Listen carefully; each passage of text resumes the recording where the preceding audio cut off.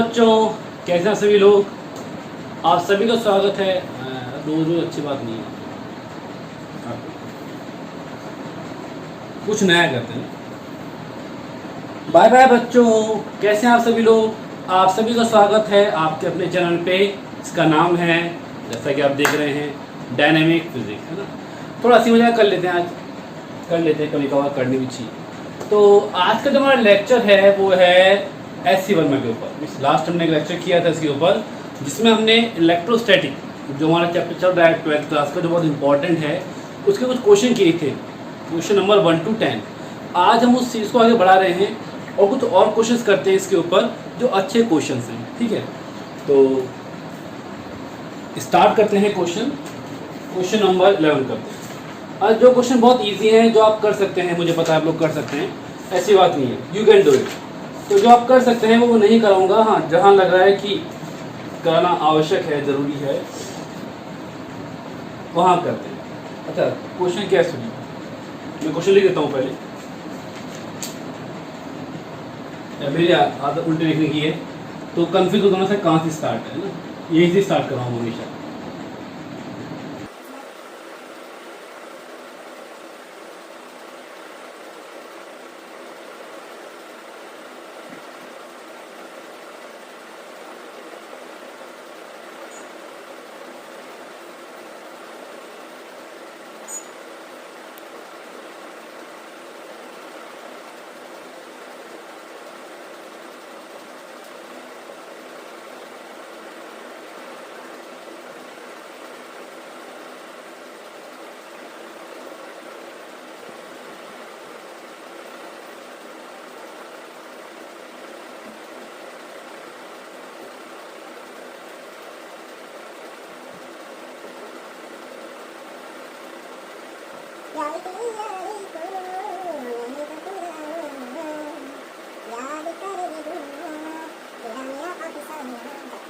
हाँ, तो क्वेश्चन लिख दिया है मैंने सामने आपके।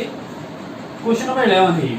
Consider a gold nucleus to be a sphere of radius 6.9 Fermi in which protons and neutrons are distributed. Find force of repulsion between two protons situated at large separation. Why do these protons not fly apart under this repulsion? तो question कह रहा है कि एक nucleus है gold का, gold मतलब सोना। जब घर में पड़ा हो सोना तो किस बात का रोना। तो सर ठीक है, गोल्ड न्यूक्लियस है, इसमें प्रोटॉन्स और न्यूट्रॉन्स है, and radius of this 6.9 Fermi, not फर्जी, दिस इज अ फर्मी। फर्जी एक बहुत बड़ी बात है, फर्मी छोटी सी बात है। फर्मी का मतलब होता है 10⁻⁻15 मीटर। थोड़ी अंग्रेजी कम आती है ना। तो find the force of repulsion between two protons. Repulsion, ठीक है, this is one proton, this is one proton. Question क्या कह रहा है, situated at largest separation. Separation की बात, तो सर अगर बात करते हैं लार्जेस्ट, तो ये बात तो पक्की है कि प्रोटॉन छोड़ जाएगा नहीं, प्रोटॉन छोड़ के नहीं जाएगा। तो मैक्सिमम डिस्टेंस कितनी हो जाएगी सर, 13.18 फर्मी। एक मिनट ना,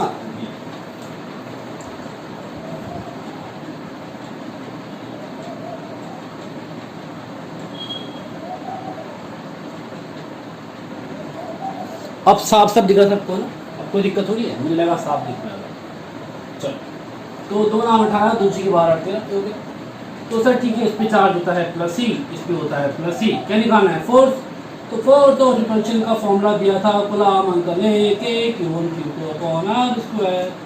तो सर Q1 पता ही है कितना होता है, ये E होता है सर 1.6 10⁻⁻19 कूलम।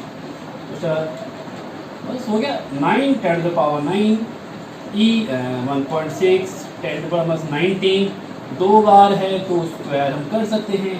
आज की बात है तो 13.8 गुणा 10⁻⁻15 इसका। तो कैलकुलेशन करने के बाद जो आपका आंसर पाएंगे वो आपका सही आंसर मिलेगा। ठीक है, हम कैलकुलेशन नहीं कर रहे हैं, टाइम कराने के लिए इसमें हमें वो चीज़ सीखनी जो हमें नहीं आती। अच्छा, बाद में अगला सवाल इसका है, why do these protons not fly apart under this repulsion? इसका मतलब है कि अगर इतना ही रिपल्शन है, इतना ही झगड़ा है, इतना ही दुश्मनी है, तो प्रोटॉन्स को छोड़ के भाग क्यों नहीं जाती? रीज़न यहाँ एक ऐसा संबंध है, मैत्री संबंध, जिनको बांध रखता है, और वो क्या है? Nuclear force. तो न्यूक्लियर फोर्स की जो इंटेंसिटी, जो पावर है, वो इलेक्ट्रिक फोर्स से ज़्यादा है, और यही कारण है कि प्रोटॉन्स इस जगह को, इस जहान को छोड़ के नहीं जाते। तो reason due to repulsion, due to nuclear force attraction, due to nuclear force. Clear? तो ये हो गया क्वेश्चन नंबर 11। चलो आगे लेते हैं। ठीक है, अब क्वेश्चन नंबर 12।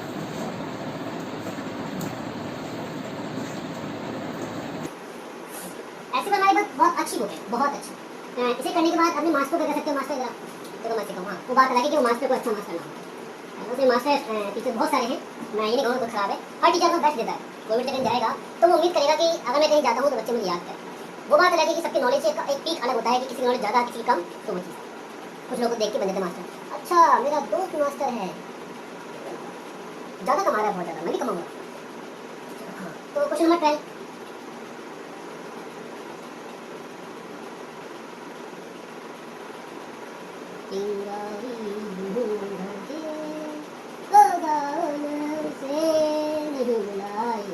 सावन जो आ जाए तो बारिश आ जाए और गीला भी हो जाए। और सावन यार बहुत मिलते हैं। एक बार की बात है, मैं 10th पढ़ा था। मैं 10th में पढ़ा। हाँ, तो कोई बात नहीं, 10th पढ़ते थे, उसमें क्या हुआ? हाँ, तो मैं भी ये कह रहा हूँ, 10th पढ़ रहा था, ये बात।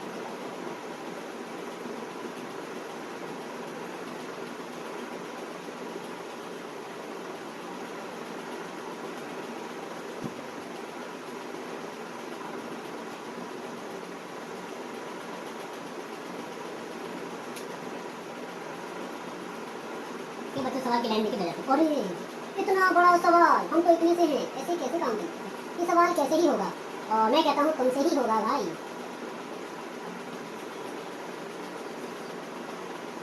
कहते ना, किसी चीज़ को शिद्दत से चाहो तो वो भी तुम्हें पाने की कोशिश करती है। तुम अगर ये क्वेश्चन को शिद्दत से पाने की कोशिश करोगे तो क्वेश्चन खुद सॉल्व नहीं होंगे, तुम्हें करना ही पड़ेगा। तुम्हें क्या लगा? क्वेश्चन खुद सॉल्व हो जाए? नहीं। हाँ, तो ये हमारा क्वेश्चन नंबर 12 होगा। ठीक है, two insulating small spheres are rubbed against each other and placed 1 centimeter apart. ठीक है, if they attract each other with a force of 0.1 Newton, चलो सर फोर्स हो गया 0.1 Newton. Okay, how many electrons were transferred from one sphere to other during rubbing? बताओ क्या? Two insulating small spheres are rubbed against each other, मतलब ये क्या कहा कि दो को रब किया। ठीक, सो रब कर लिया। रब करने का हम जानते हैं कि produce method to produce charge. जैसे अगर बात करते हैं किसी भी ऑब्जेक्ट पे जो अनचार्ज है, उस पे चार्ज को प्रोड्यूस करने के मेथड हम बात कर चुके हैं, और उसमें से एक मेथड होता है रब। अगर मैं किसी एक ऑब्जेक्ट को दूसरे ऑब्जेक्ट पे रब करता हूँ तो वहाँ इलेक्ट्रॉन का ट्रांसफॉर्मेशन होता है। इलेक्ट्रॉन ट्रांसफर होते हैं तो एक पे आता है पॉजिटिव और एक पे आता है नेगेटिव। सर ठीक है, ये ऑब्जेक्ट है, इसको इस पे रब किया ऐसे ऐसे, तो सर मान लेते हैं इसने इलेक्ट्रॉन दिए, इसने लिए -2। तो फोर्स की बात करते हैं तो सर फोर्स कितना आ गया? 0.1। तो sir F = K Q1 Q2 upon R square. अरे डिस्टेंस कितना है? डिस्टेंस है, कहाँ गया? 1 सेंटीमीटर। मतलब सर 10⁻⁻²। तो मेरे क्यू निकालूँ? अच्छा, दोनों बराबर है, क्यू क्यू, तो Q² अपॉन, हम बात कर रहे हैं ओनली मैग्नीट्यूड की, तो सर यहाँ से Q² क्या आ जाएगा? F R² अपॉन के। F कितना है सर? 0.1। Very good. R कितना है सर? 10⁻⁻²। स्क्वायर करेंगे तो -4। और K कितना होता है? 9, 10⁻9। इस पॉइंट को हटाएंगे, एक 10 और आएगा। तो सर अच्छा, Q की बात करें तो रूट ये कितना है? -4। ये कितना हो गया? 10⁻10, ऊपर जाके -10, -10 -4 -14, और नीचे बच जाएगा 1/9। यहाँ बचेगा Q। अच्छा, 9 का 2 जाएगा 3, और ये कितना हो जाएगा? 10⁻⁷। तो सर Q कितना हो गया? 1/3 10⁻⁷ कूलम। मुझे क्या निकालना है? How many electrons were transfer from one sphere to other during rubbing. तो मुझे निकालना है n। और हम जानते हैं Q बराबर होता है NE, तो N इक्वल टू हो जाएगा Q अपॉन E। तो इसको डिवाइड कर सकते हो क्या? तो 0.33। तो सर Q है 0.33 10 टू पावर -7 और E कितना है 1.6 10 टू पावर -19। संगणक यंत्र मतलब कैलकुलेटर से यूज करने के बाद आप इसका आंसर प्राप्त करेंगे। बधाई हो, आप जीत गए। ठीक, तो ये हमारा एक क्वेश्चन हो गया। आसान क्वेश्चन है बहुत। अब पहले मुझे भी लगता था एससी वर्मा, अरे एससी वर्मा, अरे एससी वर्मा, अब लगता है एचसी वर्मा।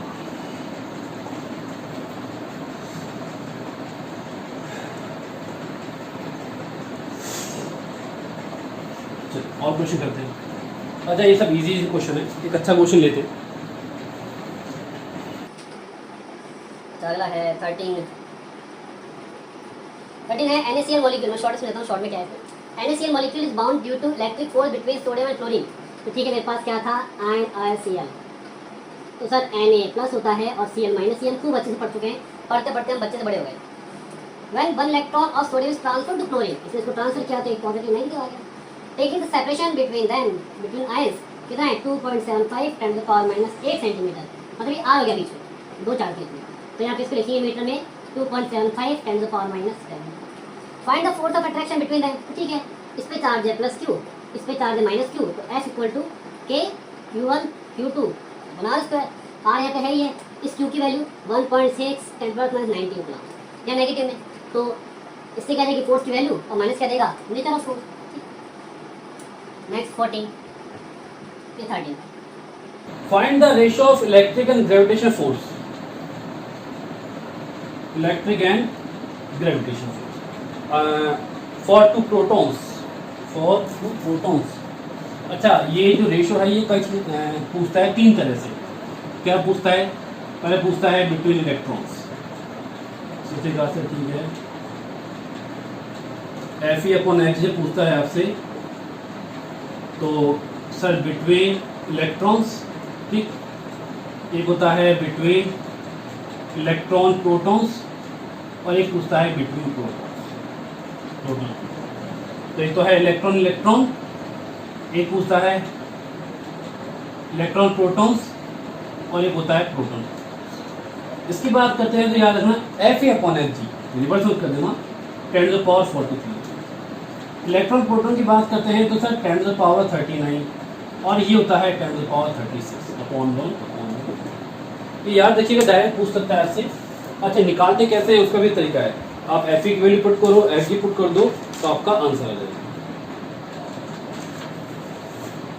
आपको अगर एक्चुअल निकालना है तो एक ऑर्डर है। आपको अगर एक्चुअल निकालना है तो ठीक है सर, Fe की बात करते हैं तो K Q1 Q2 upon R square.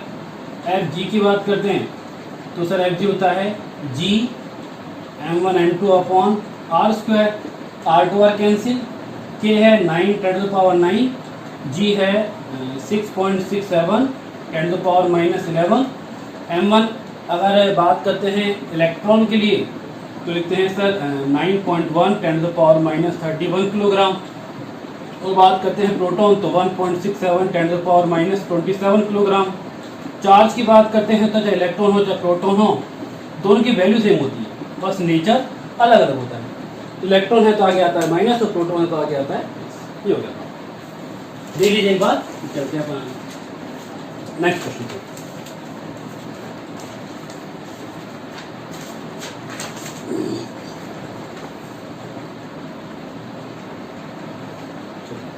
अगला क्वेश्चन बहुत शानदार है, कंसेप्चुअल है और आपको मजा आएगा करने में।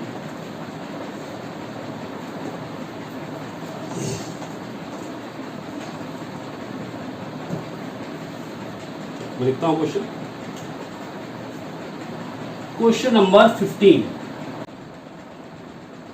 Suppose an attractive nuclear force act between two protons which may be written as F equal to C e to the power minus के आर अपॉन आर स्क्वायर। पूछा पहले क्वेश्चन में राइट डायमेंशन एंड ऐसा unit of C M K. B अगर K one fermi inverse है, one fermi inverse है and that the repulsive electric force between protons in just balance by attractive nuclear force,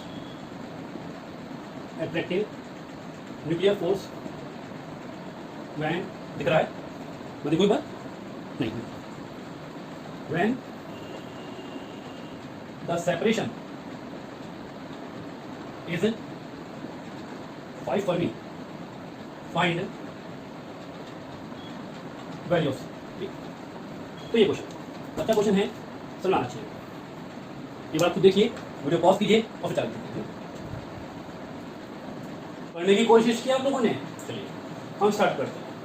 कह रहा है suppose an attractive nuclear force between two protons which may be written as, दो प्रोटॉन्स के बीच में एक न्यूक्लियर फोर्स अप्लाई हो रहा है, न्यूक्लियर फोर्स, और वो फोर्स जो है वो है F equal to C e to the power minus के आर अपॉन आर स्क्वायर। अच्छा आर स्क्वायर पूरी कीजिए, ये आर स्क्वायर इसके नीचे नहीं है, पूरी कीजिए।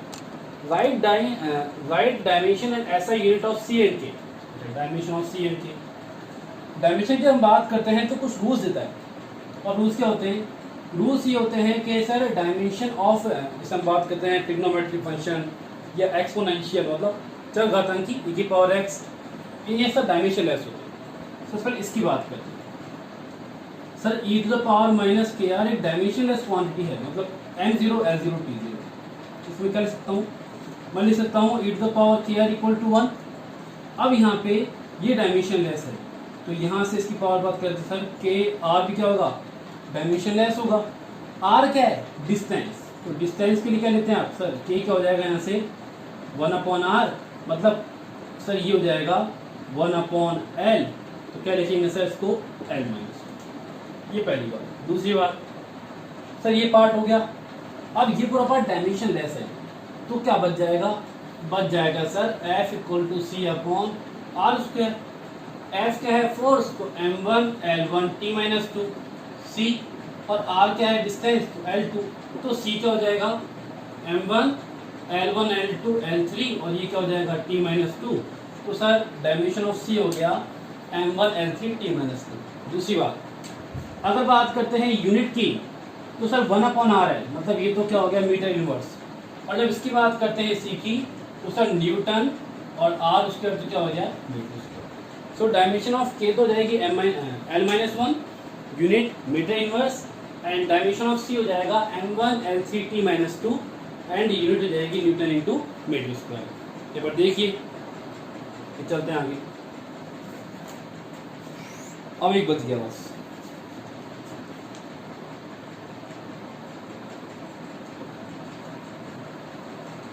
चलो अब लेते हैं अगला पॉइंट। तो नेक्स्ट क्वेश्चन क्वेश्चन का अंदर सेकंड पार्ट है, उसको लेते हैं। डाल दो उसको भी,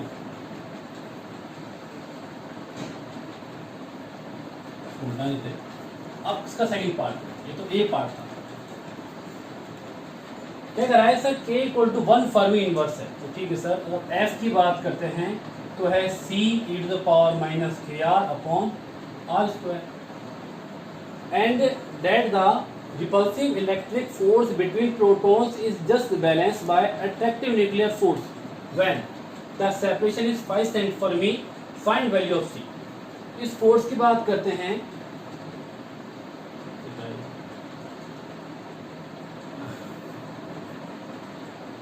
K equal to 1 Fermi inverse and that the repulsive electric force between protons is just balanced by attractive nuclear force। मतलब वहाँ जितना न्यूक्लियर फोर्स अप्लाई हो रहा है अट्रैक्टिव नेचर का, उतना ही इलेक्ट्रिक फोर्स है।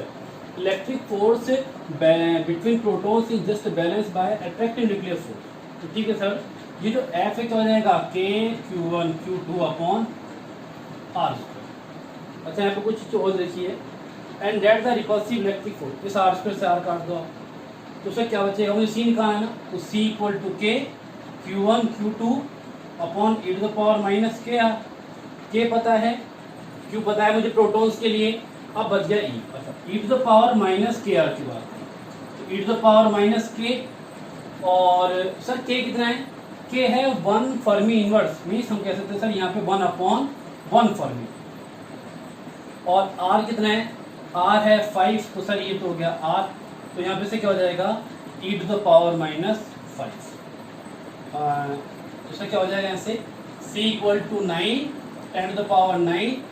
Q1 की बात करते हैं तो Q1 होता है 1.6 10 to the power minus 19 whole square, और नीचे e to the power minus 5 का c equal to 9 10 to the power 9 1.6 10 to the power minus 19 whole square multiply e to the power 5।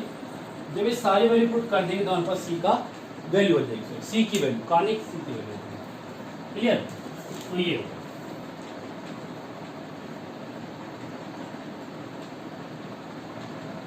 चले अब क्वेश्चन नंबर 16। हम काफी question पहले ही कर चुके हैं, तो हम इतनी माथापुट नहीं करेंगे, मीन्स हमें आवश्यकता नहीं है करने की। अभी है क्या क्वेश्चन नंबर 16 की बात करते हैं, बड़ा आसान है, पहले कर चुके हैं। 3 इक्वल चार्जेस, और चार्ज की वैल्यू क्या है 2 multiply 10 to the power minus 6 coulomb, या आपको बोल सकता है 2 micro coulomb, are held fixed at the 3 corners of equilateral triangle.